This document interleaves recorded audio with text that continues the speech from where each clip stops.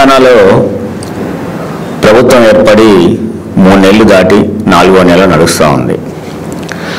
4 నెలలు పూర్తి కాకముందే క్యాబినెట్లో ఉన్న నలుగురిలో 4 రకాల దారులు ఏర్పడుతూ ఉన్నాయి, 4 రకాల ప్రవర్తనలు కనపడుతూ ఉన్నాయి.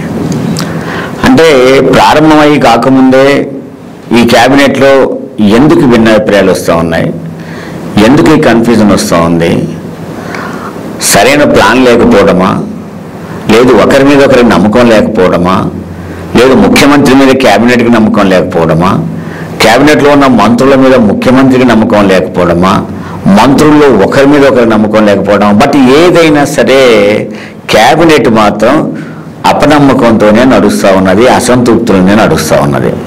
మనం ఇటీవల కాలంలో చూసాం.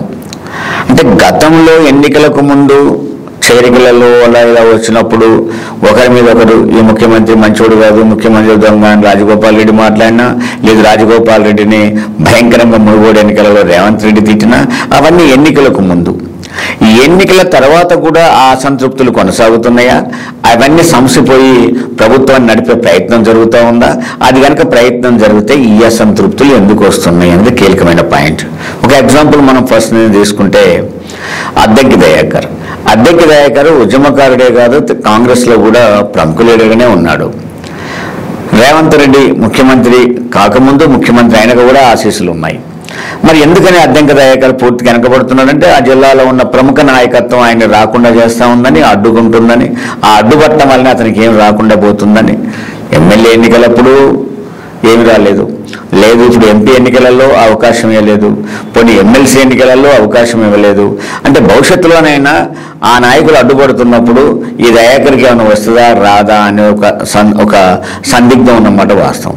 అదేవిధంగా నామినేషన్ పదవులు మొదలు కాగానే స్వయంగా బీసీ మినిస్టర్గా ఉన్న పొన్నం ప్రభాకరే అసలు మా జిల్లాలో కూడా నాకు తెలియకుండా కేవలం శ్రీధర్ బాబు చెప్పిన వాళ్ళకే ఈ పదవులు వస్తున్నాయని చెప్పి ఆయన బహిరంగంగానే అసంతృప్తిని తెలియజేసిన విషయాన్ని మనం చూసాం.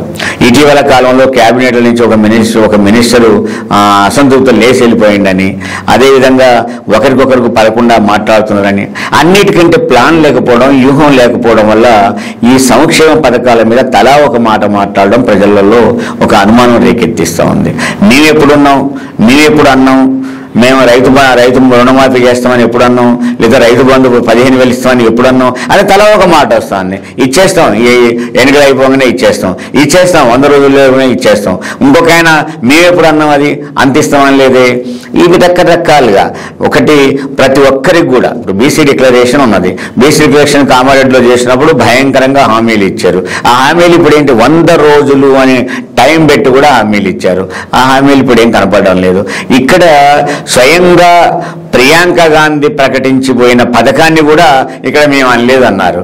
అంటే దీన్ని ఒక కన్ఫ్యూజన్లో ప్రజల్ని కన్ఫ్యూజన్లో పడేస్తున్నారు, వాళ్ళు కన్ఫ్యూజ్ అవుతున్నారు, ప్రభుత్వాన్ని కన్ఫ్యూజన్లో పడేస్తున్నారు, ప్రజలందరినీ కన్ఫ్యూజన్లో పడేస్తున్నారు. మరి కాంగ్రెస్ పార్టీని కన్ఫ్యూజన్ పార్టీ అనుకోలేం కదా, అది చాలా కాలంగా పరిపాలన చేస్తూ వస్తుంది. బట్ ఇక్కడికి వచ్చేసరికి ఇది ఎందుకు జరుగుతుంది అంటే ఎవరు ఒప్పుకున్నా ఒప్పుకోకపోయినా క్యాబినెట్లో అసంతృప్తి పెరుగుతున్న మాట కరెక్ట్, అవమానాలు పెరుగుతున్న మాట కరెక్ట్. అదేవిధంగా బట్టి విక్రమార్కను మనం చూసాం, స్వయంగా యాదగిరి గుట్టలోనే ఆయన్ని ఎంత అవమానపరిచారని, అదేవిధంగా చాలాసార్లు 2-3 సార్లు ఆయన అవమానపరిచారని బాధపడని బయటకు వస్తూ ఉన్నాయి. ఇవన్నీ చూసినప్పుడు ఏంటంటే ఎక్కడో ఒకరి మీద ఒకరికి నమ్మకం కోల్పోయింది అని, అసంతృప్తి పెరుగుతున్నాయని. మరి వచ్చి రాగానే ఇవన్నీ పెరిగినప్పుడు ప్రజలకు ఎలా మేలు జరుగుతుంది, ప్రజలకి వీళ్ళు ఏం చేయబోతున్నారు, పథకాల మీద పూర్తి ఏకగ్రీవ అభిప్రాయం లేకుండా, లేదు ఖర్చుల మీద ఏకగ్రీవ అభిప్రాయం లేకుండా, పాలన మీద ఏకగ్రీవ అభిప్రాయం లేకుండా పాలన ఎలా కొనసాగుతుందో భవిష్యత్తులో చూడాల్సి ఉంటుంది.